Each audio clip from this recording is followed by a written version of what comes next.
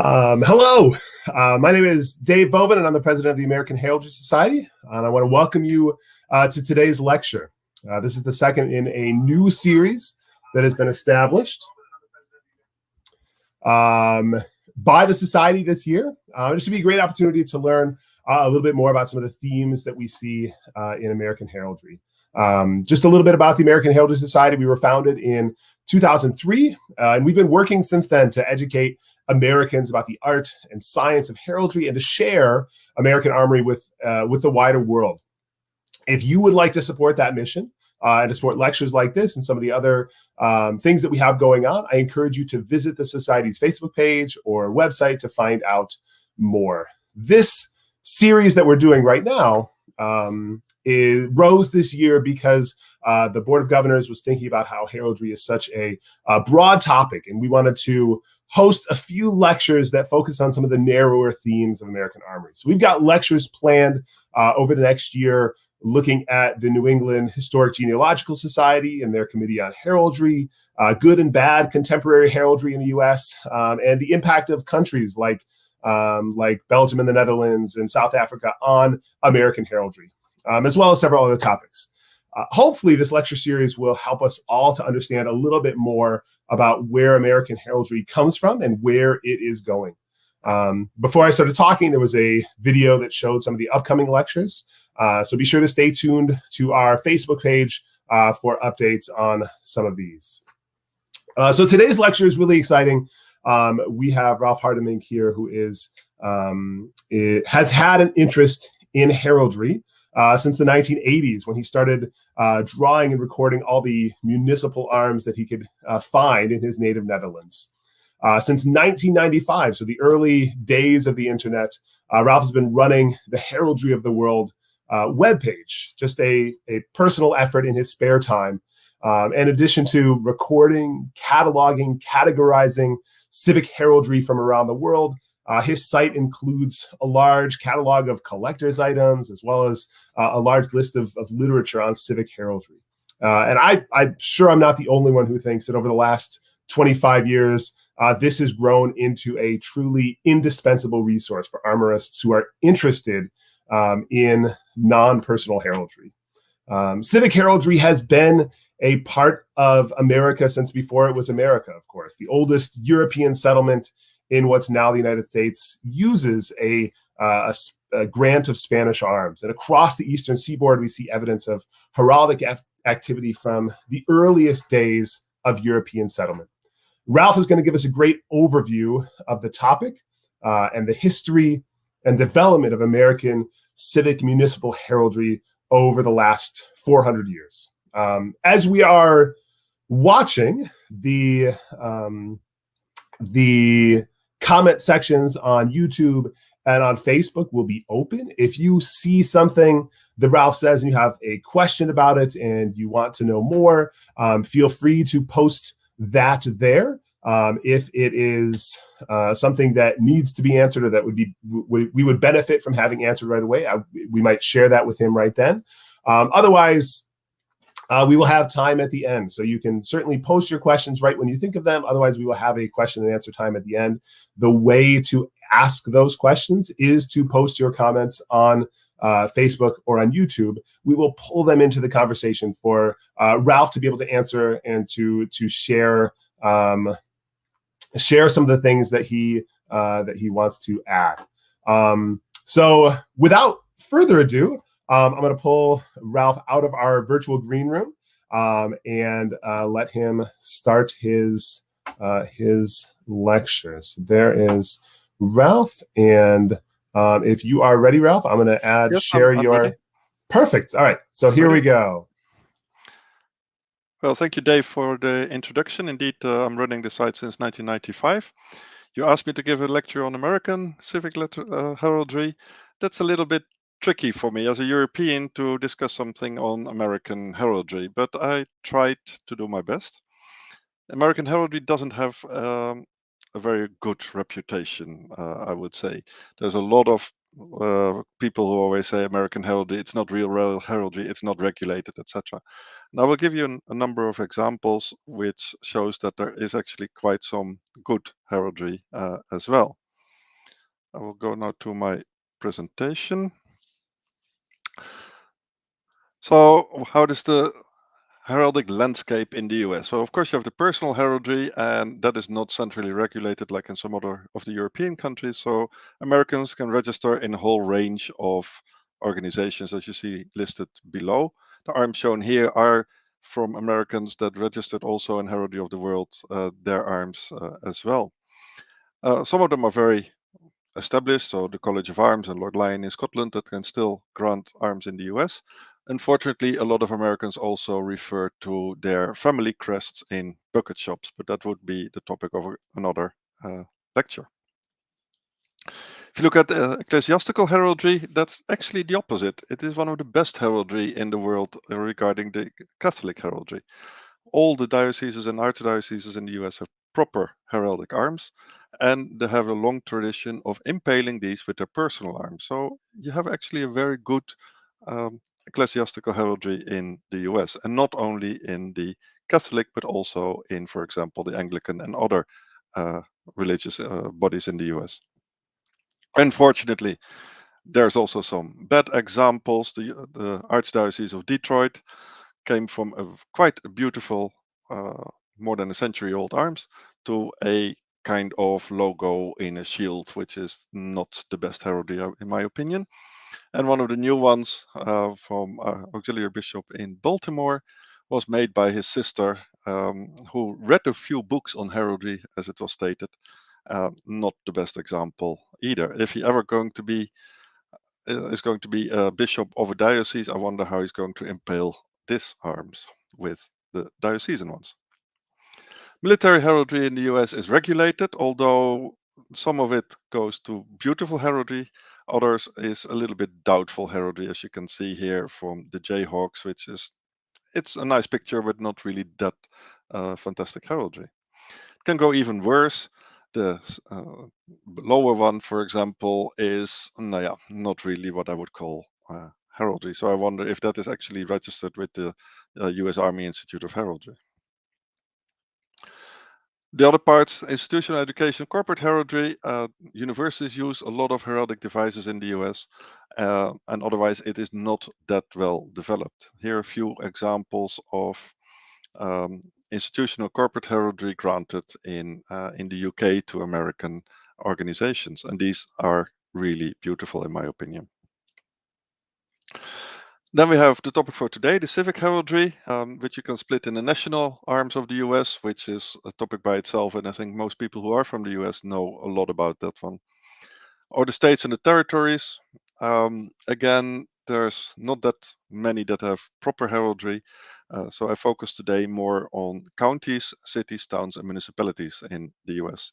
Some of them do not use any heraldic device, and some of them use something on a shield, and anything that is considered something on a shield, I have included today as being heraldry. So how many opportunities are there? Well, according to Wikipedia, there are now 89,000 local government units in the US, of which are 30,000 cities and 3,000 counties. The rest is townships and villages and all kind of other organizations in the different states.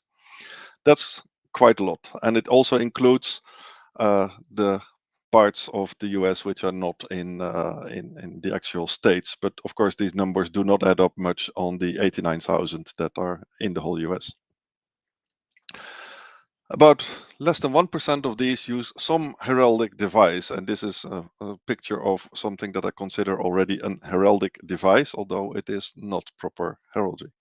Still, it is a huge heraldic potential. If all of these would develop some kind of heraldic device in proper heraldry, you would have an enormous, rich landscape. So Dave already mentioned it a little bit. What are now actually the oldest civic arms in the US? And most people would probably not think of it immediately, but these are the arms of San Juan de Puerto Rico, which is of course not in the States, but in Puerto Rico itself.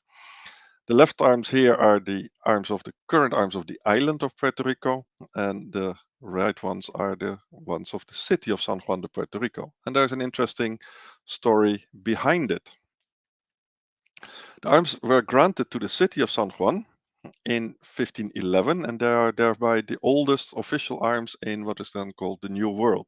They're granted by the kings of Spain. They granted a lot of different arms, and already in the 1540s, cities as far as Santiago de Chile and Buenos Aires had already granted arms. After Puerto Rico, it was in Dominican Republic, Cuba, Central America, and in South America. And these are the oldest ones. They were actually granted to the settlement of San Juan. However, in time, in the next 200 years, they were actually more used for the island instead of for the city itself. So they were kind of transferred to the island. And therefore, in 1799, the city of San Juan received new arms from the Spanish king. So actually, the city has been granted twice arms, and both are still in use, but one for the island and one for the town. What do you see on the arms? San Juan, St. John, and its symbol is the Lamb of God, Agnus Dei, on a book. And on the other hand, you see in the bordure the arms of Spain, Castilla and Leon at the time, and the initials Ferdinand and Isabella, F and Y, and below that also the anchor and the yoke coming from the Spanish national arms. The new arms from San Juan are a little bit more simplified, showing only San Juan and the island of Puerto Rico. If you go to New England, one of the oldest civic arms, I'm Dutch, so there's a lot of Dutch influence in this presentation, is the arms of New Amsterdam. New Amsterdam, current New York, for those who don't know, were proposed in 1630 to get these arms. These show the arms of Amsterdam City, which are the three saltires, and a chief of a beaver and two beaver supporters. The beavers were taken from the seal of New Netherlands, that was established in 1623. On top of the arms, you see the imperial crown, which was also granted to the city of Amsterdam, and the logo, de Geoctrooieerde West-Indische Compagnie, the West Indian Company that run the colony of New Nederland. An interesting fact is that these are the arms of Amsterdam which are having a chief. Normally they don't have a chief. There's only one time that the arms of Amsterdam had a chief. That is when the city was the first class city under Napoleon, when the Netherlands were part of the French Empire. Otherwise, there are no examples with the Amsterdam arms with a chief.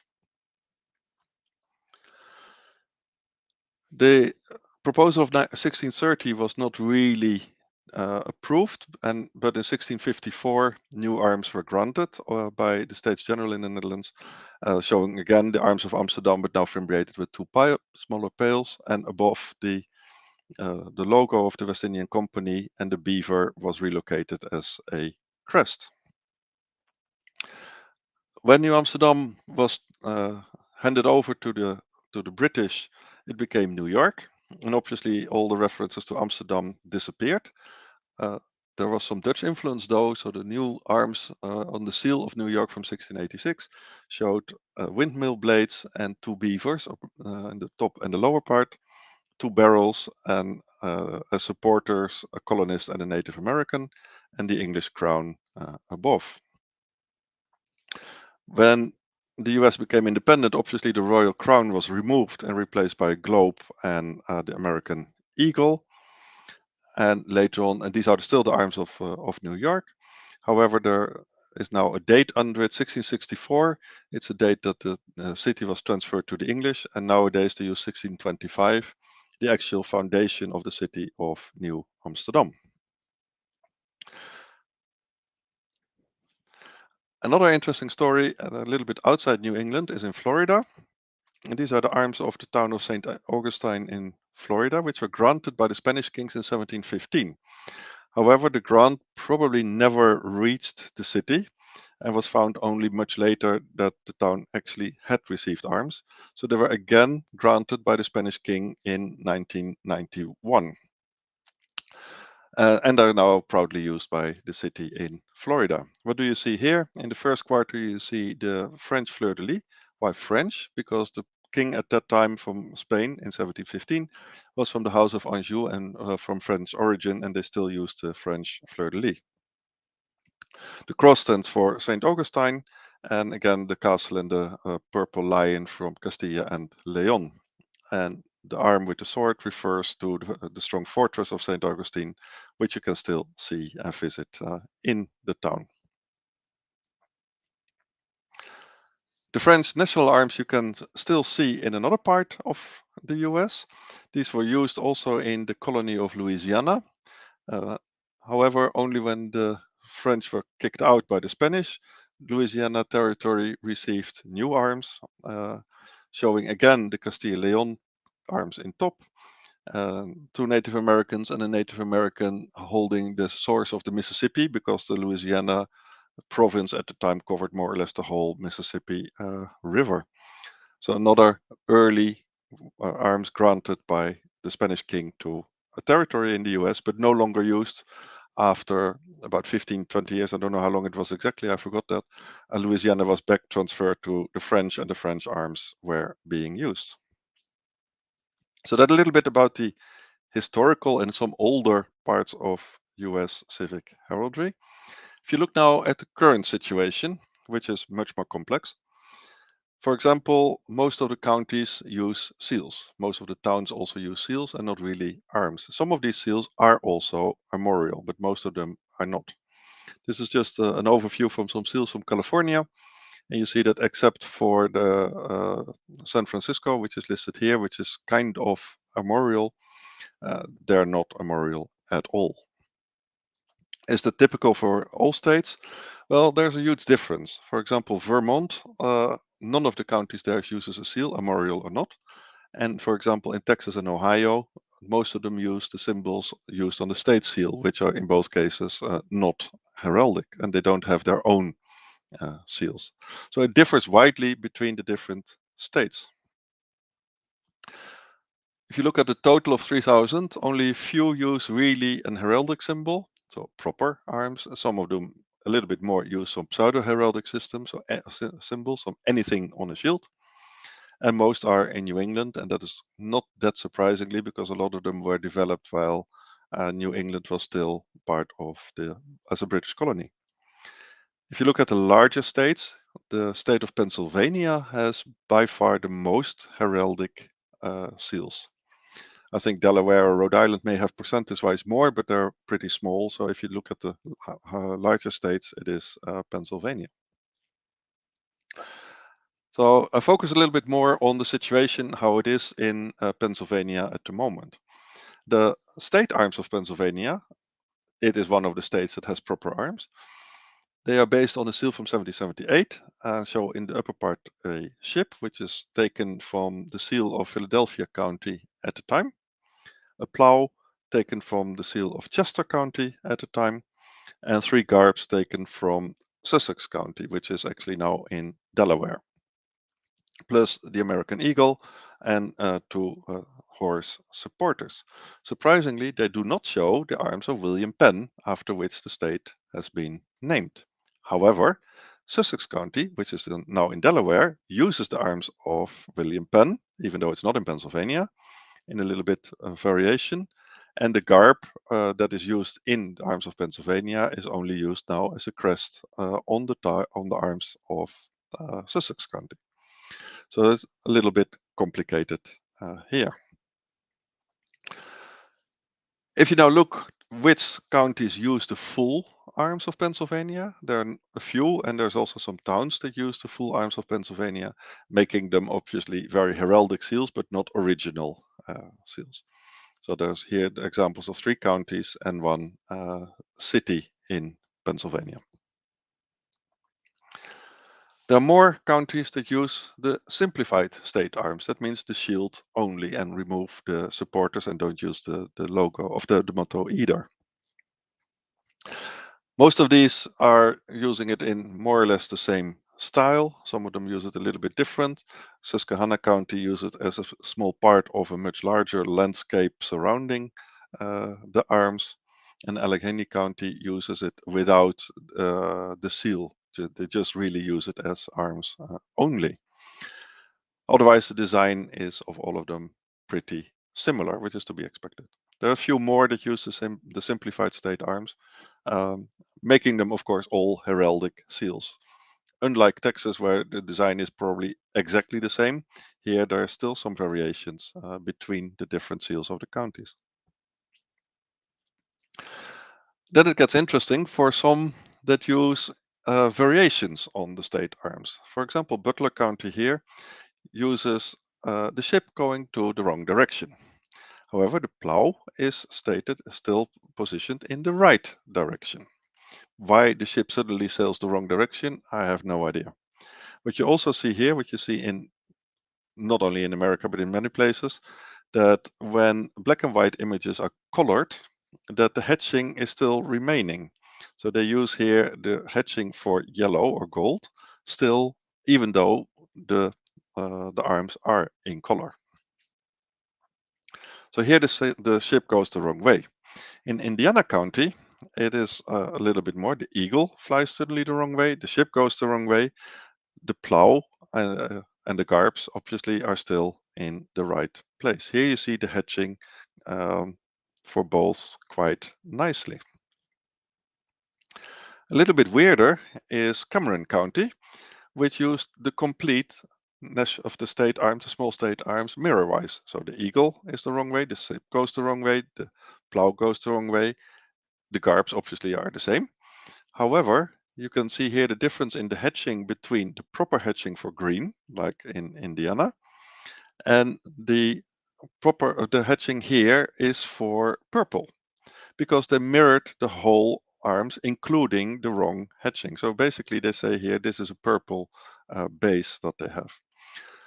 Now you would say, okay, they probably made the seal out of the a mirror picture of the state arms. However, the plants surrounding the arms are not mirror-wise. So they only mirrored the seal of the shield as well as the eagle, but not the kind of supporting plants. Quite interesting variety. Why? And I have no idea why they changed this. And the fourth version of this is the Chester County. The eagle the wrong way, the ship the wrong way, the plow the wrong way, but proper color now in the third part.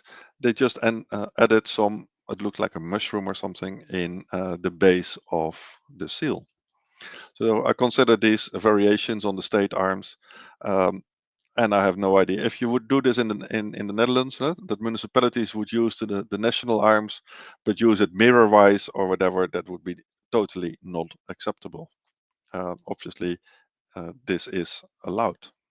Probably it is not registered or checked anyway. There's three more symbols that use different colors, for example, and also here the county of Delaware uses only in one color that are kind of they are not really properly colored arms. And again, the eagle, the ship, and the plow are mirrored, but not the plants. So the same as the previous one.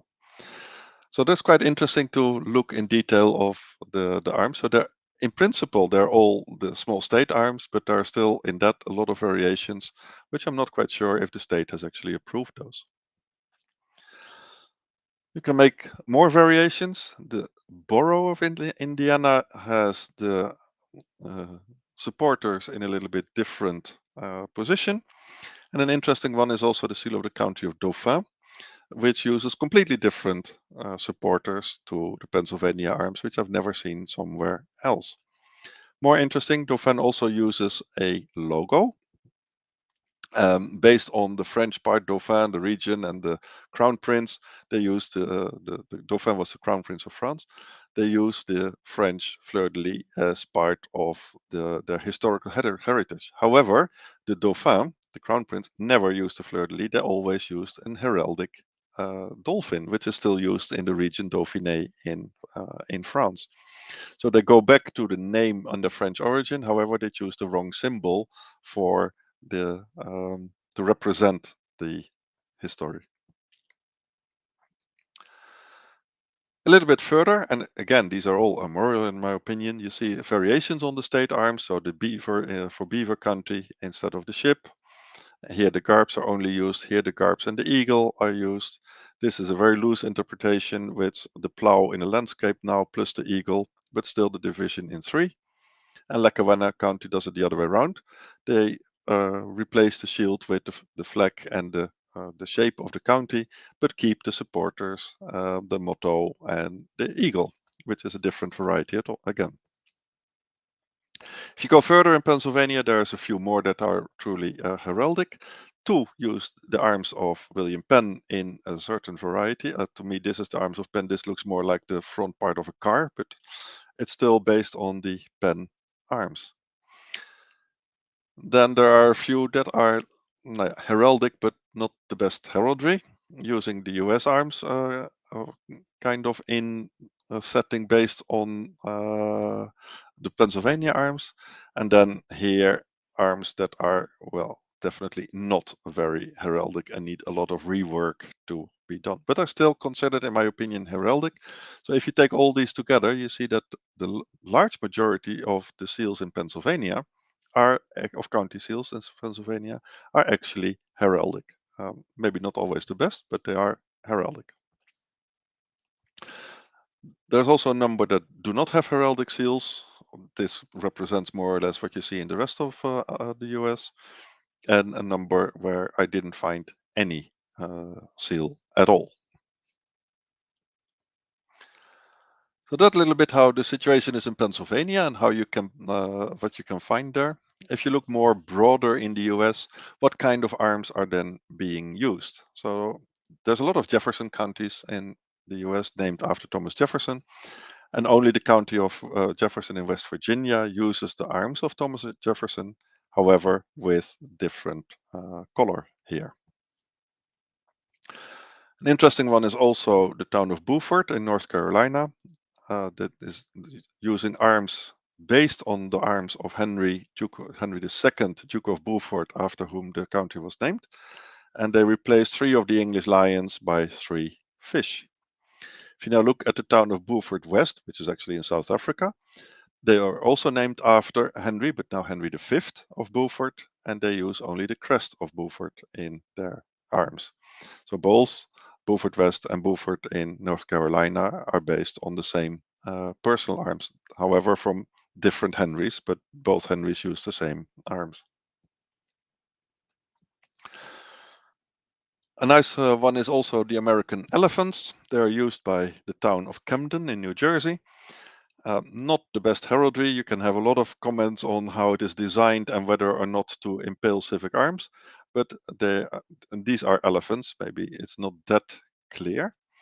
They're also used in the Diocese of Camden, and therefore also by all the bishops of Camden, and then derived from the Pratt family arms, because John Pratt was first Marquess of Camden, and I think Secretary of State of the colonies, and therefore some parts of the US were named after the Marquess Camden. So these elephants are used here, and in my opinion, a little bit better way in the diocese. And they are also used in Camden in London in the UK, but then only one as a crest. As far as I know, these are the only arms, civic arms at least in the US, using elephants. What you see a little bit more is royal arms from the kings of England, after whom the counties was named, or during whose reign the county was established. And in Maryland, you have a very interesting story of the county of Somerset, which is named after Mary Somerset, which was the sister-in-law of Lord Baltimore, one of the Lords Baltimore, which were the proprietors of Maryland. He used the Calvert family, and the arms of Maryland still use part of the Calvert family arms.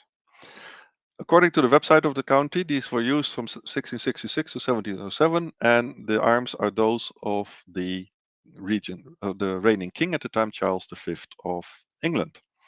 After 1707, they were lost, and they were reintroduced in 1957. I couldn't find a picture of the original seal, because what you see here is indeed the arms as used by Charles V. However, he used the motto Jere mon droit and not Semper Eadem. Is the motto of Queen Anne. They still say these are the arms of Charles V, but they actually show the arms of Queen Anne. Interestingly enough, you also have Queen Anne's County in Maryland, not far away from Somerset County. This county obviously is named after Queen Anne, but shows the Calvert arms. So in principle, Mary Somerset, who would use the Calvert arms, would be more logical to have the Calvert arms here and the Queen Anne arms here. But for some reason, this county uses the Charles V arms accordingly to the website with the motto of Queen Anne, and Queen Anne uses the arms of the family after which this county is being named. They could have done that a little bit less confusing, in my opinion. Also less confusing is that in Maryland, Prince George's County uses exactly different design, but in principle, exactly the same arms from Queen Anne. This case, it's logical because the county is named after Queen Anne's husband, Prince George. Why they then chose for Queen Anne's arms and not Prince George's arms, I have no idea. Maybe because the arms of Prince George were a little bit too complicated for the county. So the result is that you have two arms which are identical for two counties, both after Queen Anne, and both of them are not named after Queen Anne. And the one that is named after Queen Anne doesn't use the arms of Queen Anne to make things simple there. Most likely this kind of mix-up here would not happen in the UK. If you go more for royal arms, you have King William III of England, who was Stadtholder William III of the Netherlands and Prince of Orange-Nassau. Orange County in North Carolina, the orange is then named after him. These are his arms as King William III, so the British arms with the Nassau arms in an escutcheon in the center. Nassau County in New York uses only the Nassau arms. However, the billets, which should be vertical, are kind of placed diagonal here, and uses also the orange color, which Orange County could have done here as well. The same arms are now used in the arms of the Kingdom of the Netherlands, with the addition of a sword and arrows, which were the Republican arms at the time when we were a republic. But the Nassau arms are still used as national arms. However, in the US, you also have the Hofstra University in New York that uses completely the Dutch national arms, including the sword and the arrows, as well as the Dutch national motto, which is also taken from the Nassau family. I have no idea whether they ever consulted something with the Dutch royal family, whether they could use both the arms as well as the motto. This was also done, but that outside the US, by the town of Szczecin in Poland. They used also the Dutch national arms completely. After some comment, it was reduced to an escutcheon and without the billets, but for some reason they kept the arrow and the swords, because one princess of the Netherlands, she had some estate in this village.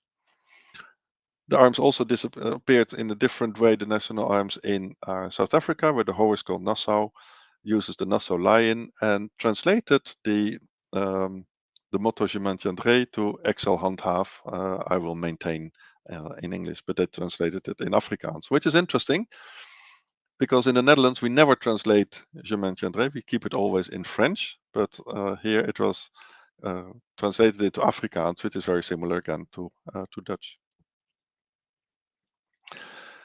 Now, I said already in the beginning, something like bucket shop heraldry and your family crest is quite common in the US, and most heraldicists do not really like bucket shop heraldry. In my opinion, one county in North Carolina, Harnett County, actually fell for the bucket shop trap. It's named after Cornelius Harnett, and Cornelius Harnett was a local farmer's son who in the end made it to representative in the House of Representatives in Washington. According to the website, Harnett is an Irish family name, and they adopted these arms on February 17, 1986. And they also provide the description. And in the flag, where the arms also feature, it says, "It is the family crest of Cornelius Harnett." Well, if I see family crest in this in such a state, I would already say, okay, this is probably not really correct. Cornelius Harnett was a farmer from a relatively poor immigrant family. He probably never had arms. According to the website, it comes from the arms described in Burke. Now, in Burke, they are described as here, from 1867, for the Harnett family. And you can still find these. This picture is from a bucket shop where you can buy all kind of things from the Harnett family. Burke doesn't say where the name actually comes from, but Burke describes the arms nicely with the chief blue or azure, which the county doesn't take. They say they would take the family arms. They even put the whole description from Burke in the website, but they forget always to put it with the blue shield. Why I think that they fell for the bucket shop trap is also because they say that the color of the arms symbolizes peace and sincerity and reflects the hopes, ambition, aspiration of the original bearer.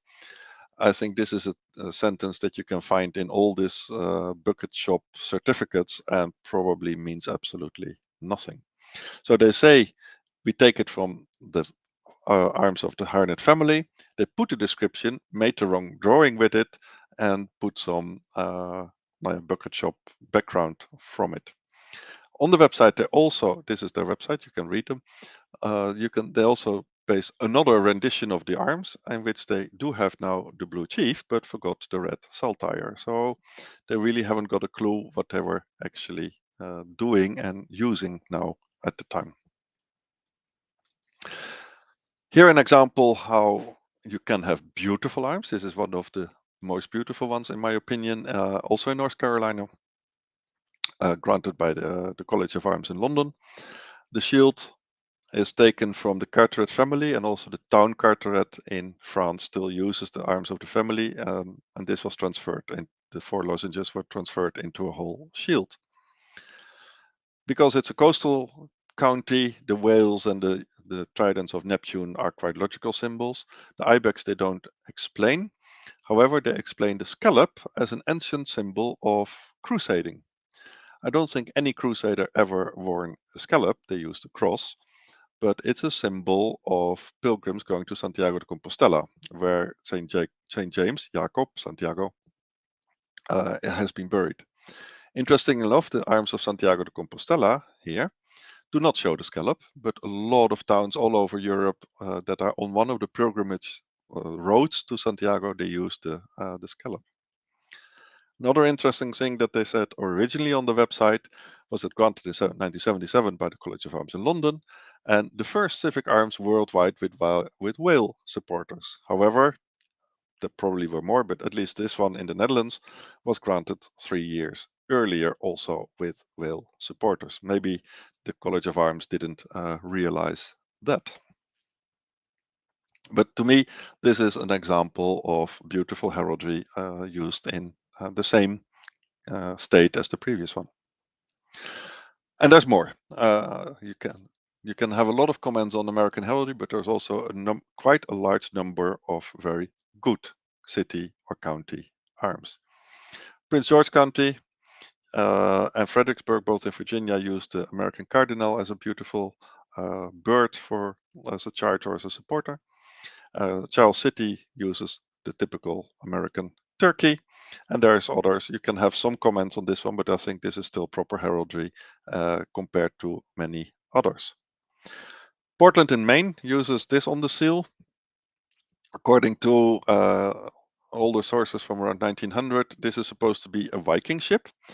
To me, they can make a Viking ship look a little bit better than here, but it's still proper heraldry. If you go further, Rockville using the mountain lions or pumas. Powhatan uses another turkey, as far as I could see. This is interesting. This is probably supposed to be a bison. However, as far as I know, there were never bisons in Virginia. So where they got this from, I don't know. Flowers of Portsmouth, and then some other towns.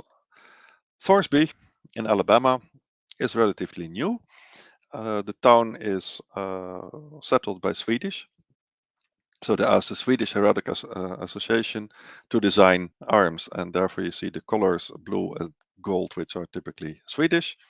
The T sounds for Thorsby, but is also shaped in the way like Thor's hammer, so the hammer of the god Thor, after whom the village is also named. And the two peaches are common local crops.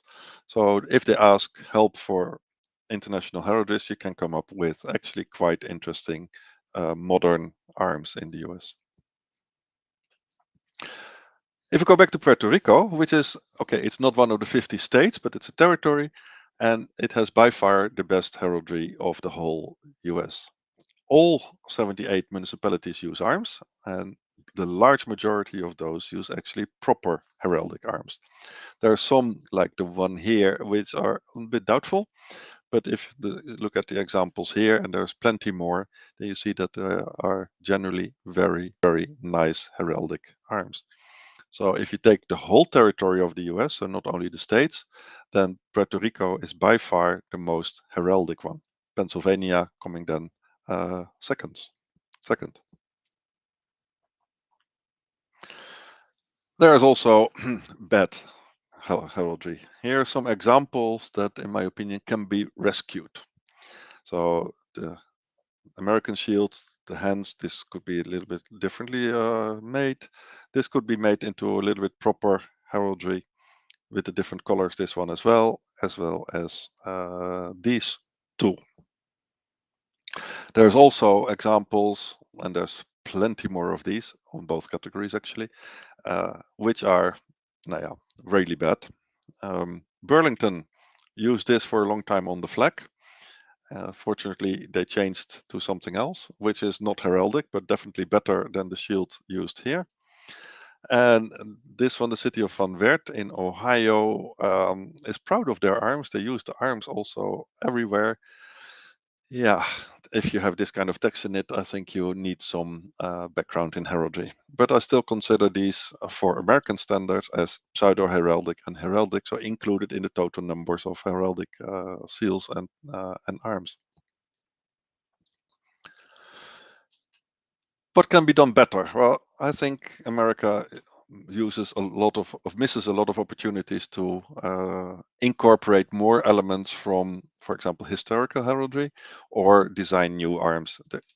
As the example showed that I showed before, it is possible to design beautiful new arms which are very typical for the town and the region, but however, not so many do so.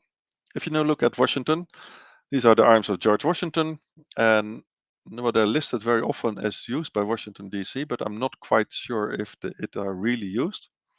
They're definitely used by Washington County in Virginia, with stars in a different color though. And they're used on Amherst County in Virginia.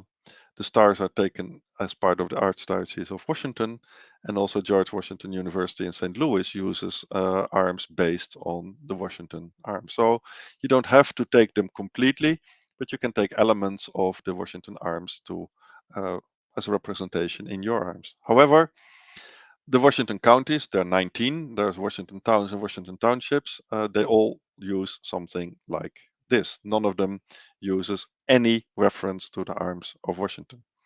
In my opinion, that is a missed opportunity. Could have done much better. Being Dutch, I went a little bit to the Dutch heritage and what can be done better. This is the town of Pompton Lakes in New York. That shows the arms of Amsterdam, plus the text gesticht in 1618, founded in 1680. And rijend ondanks een storm, literally meaning driving despite the storm. So basically, it is thriving despite some negative influences or something. That's probably what they mean with it. Doesn't matter. These are the arms of Amsterdam. The rendition is not so good, but you can see that it is actually proper heraldry.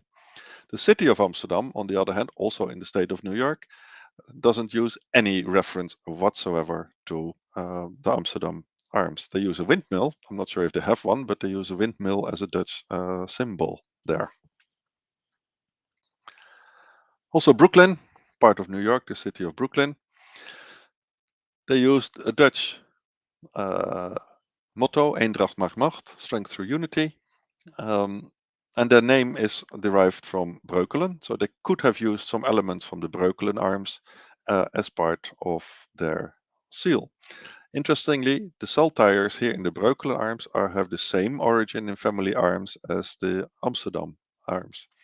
And they could actually be used in Breukelen both for New Amsterdam, New York, as well as Breukelen, Brooklyn, but they don't refer anything except a Dutch motto, which probably most Americans cannot even pronounce properly. Holland, Michigan doesn't refer to anything either, although they use a Dutch windmill, Dutch gables, and an orange part in their logo. Two others that could have done better: Town of Leiden in Massachusetts doesn't use anything, so they could, for example, take the keys or the line or something from the city of Leiden in the Netherlands. And the city of Harlingen in Texas uses an H with the Texan star. They could have also taken part of the Dutch city arms of Harlingen. These are just examples, and of course you can take the same from towns named after any other town in Europe or family in Europe. There's so plenty of opportunities to take elements from the first settlers or for the namesakes of the towns to use in the seals, but it's hardly ever done. To me, that's a missed opportunity because it's part of the history of the town or the county or the state anyway. Sometimes a town can also ask for help. This is also North Carolina, Kernersville, using this seal and this logo. They asked for help, or somebody asked for help of the International Association of Amateur Heralds. They come up with a new arms and a new seal. However, as far as I know, they're never adopted and they were not even thanked for their efforts. And I got these through Christian Green. So there's not always much will in the councils to actually use heraldic arms. If you look now at the neighbors, it can be done better. If you look at Canada, the Canadian Heraldic Authority, these are their arms, they grant, in my opinion, beautiful civic heraldry. There are hundreds of examples how they what they use in Canada. If you have a proper heraldic authority, you come up with proper heraldry. However, it's not compulsory, so Canada also has a number of examples which are non-registered arms and are also not always that heraldic. If you look further in North America, you have Greenland. Greenland used to have beautiful arms, all designed by a Danish person. After the merger, where all the municipalities merged to 4, that's the upper row. Yeah, they're not too bad, but they are definitely less heraldic as what was previously used. All of these are now obsolete. You may see here this one. This is actually the town of Aasiaat, which is somewhere here in Greenland. And this is the logo that I use also for the website Heraldry of the World, being a website. And I asked the permission of the town when I was there in 1995 or 1996 in Greenland if I could use it for as a logo for the site, which was approved. The other neighbors, Mexico. Yeah, Mexico has goes more to the South American style, which is put a lot of things on the shield.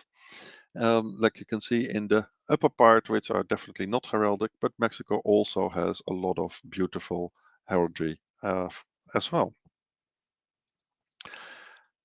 And an interesting one is the Philippines. The Philippines were part-time under American control, and that meant that they all use seals. The only other country outside the US that uses seals for everything is the Philippines. And unlike the US, nearly all the seals are heraldic. At least they have some shield with some things on it. I wouldn't call this all proper heraldry, but unlike the American ones, they all use, of nearly all, about 80%, uses a seal, of a shield on the seal. Some of them are actually beautifully heraldic, but many are like this type of not really proper heraldry. Even the town of Manila, which was granted arms in 1596, the city still uses the arms for different things. The city government, which is a little bit bigger than the city itself, uses only the sea lion from the original grant from 1596. With this, I would like to conclude a little bit the overview of the American heraldry. There's only 3 books that I know which I have on American civic heraldry, but there's a lot of different other articles and sources, and you can find a lot on the different websites. And there's also a nice series of the nationalization of counties, which have the series Behind the Seals. And with this, I would conclude and give the floor back to Dave.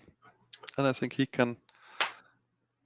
Fantastic. Yeah, thank you so much. This is great. I loved hearing this. I am my ancestry is all Dutch, so I like hearing the little bits about Dutch heraldry and their influence in the United States. So that was great. We have a couple questions that people have posted to Facebook or to YouTube.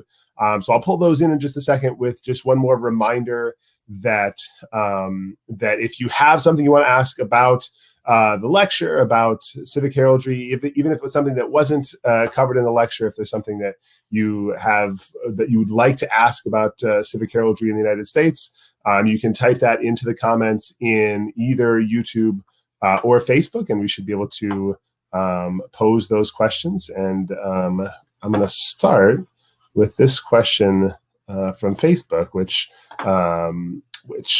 mirrored some of the questions that I was having, talking about St. Augustine, Florida, and those were coats of arms, a coat of arms that was granted in the colonial period, but then re-granted in the 90s by the Spanish king, and seeing some of these other coats of arms from Lord Lyon or from the College of Arms. Just curious to know how the U.S., if at all, if they even consider this, how they approach grants from other administrative, or from other countries for their administrative visions in the United States. I don't know if you've come across concerns that cities or states or the country has had. No, the only thing I know really is that the Florida one is an exception. Okay. Simply, the Spanish crown doesn't grant arms outside Spain. But because it was already granted before, it's kind of more like an exception to the rule. Yeah. As far as I know, but I don't know exactly the rules, how the Lord Lyon and the College of Arms stand to it. But as far as I know, if you are a governmental organization in the former British colonies, you can still apply for grant of arms by the College of Arms. I'm not sure if it always will be granted, but they will probably not grant any arms from, let's say, Missouri or Michigan or California, which were never under British control.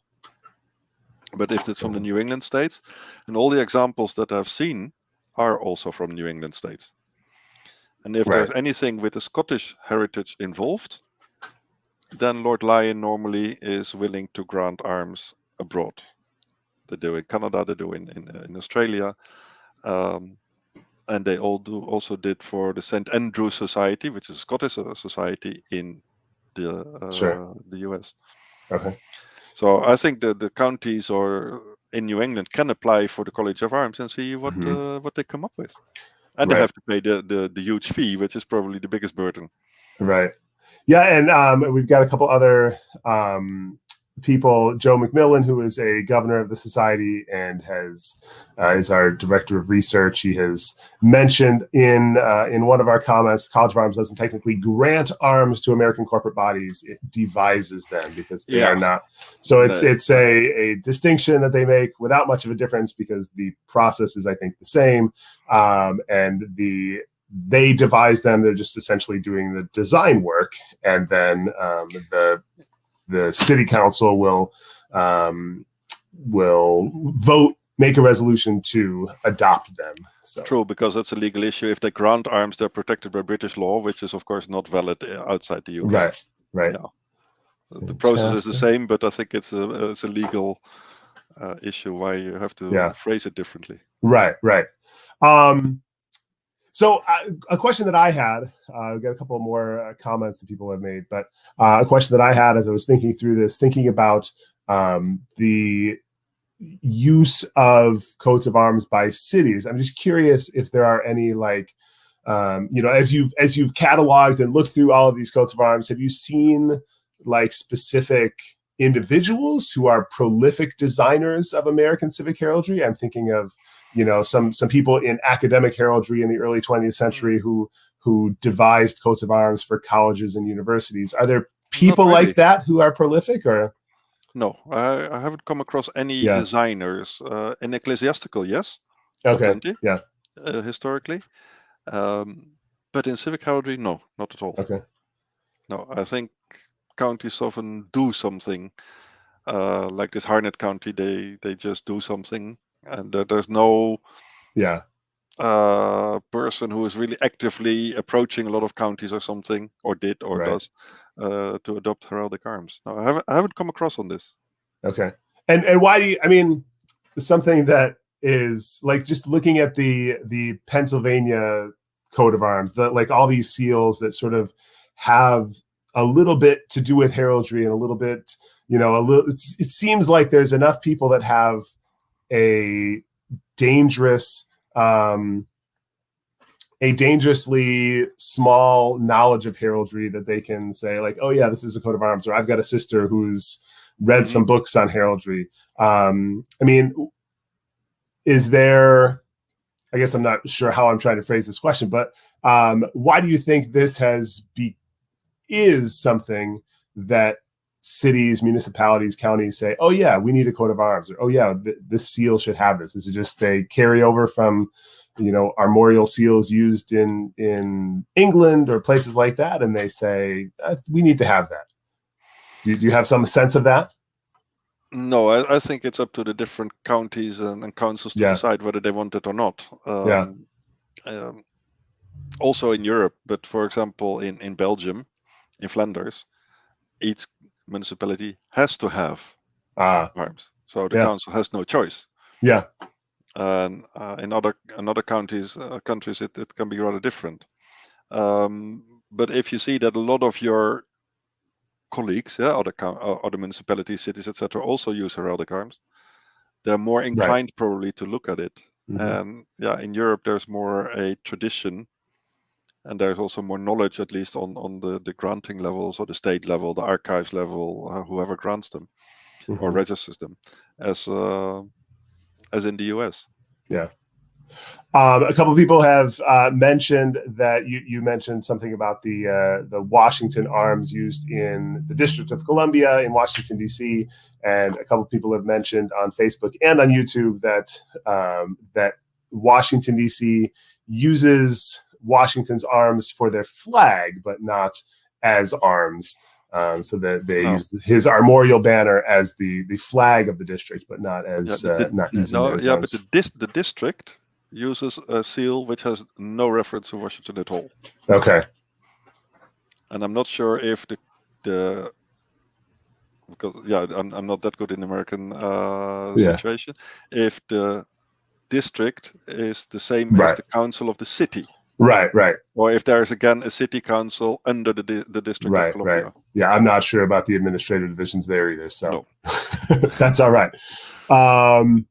All right, we've got another question, which mostly looks like it might be more towards the American Heraldry Society. So, but something for us, the viewers, the members of the society, to think about. So this is a follow-up asking, with the current municipal boom in municipal flag design in the U.S., can the AHS, the American Heraldry Society, capitalize on this adoption of symbols and think about ways to improve the quality of civic heraldry by improving the quality of flags?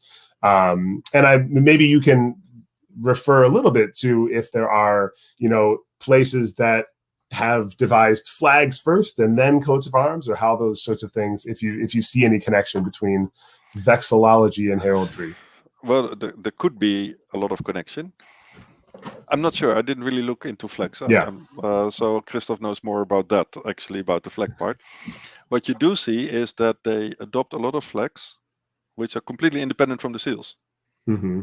So because very often they use the old traditional seal or the state part of the state seals, etc., like in Pennsylvania. But their flags are then quite different. It's a little bit. I've seen also a lot of towns using all kind of logos or other kind of modern non-heraldic designs, which are probably could also reflect in the flag. But why not the other way around? Indeed, if you want to design flag, also design coat of arms at the same time. That would be a good opportunity. Mm-hmm. Yeah. Just one other question I have, and then if there's no other questions from our viewers, then I think we'll leave it there. But looking at a lot of the sort of good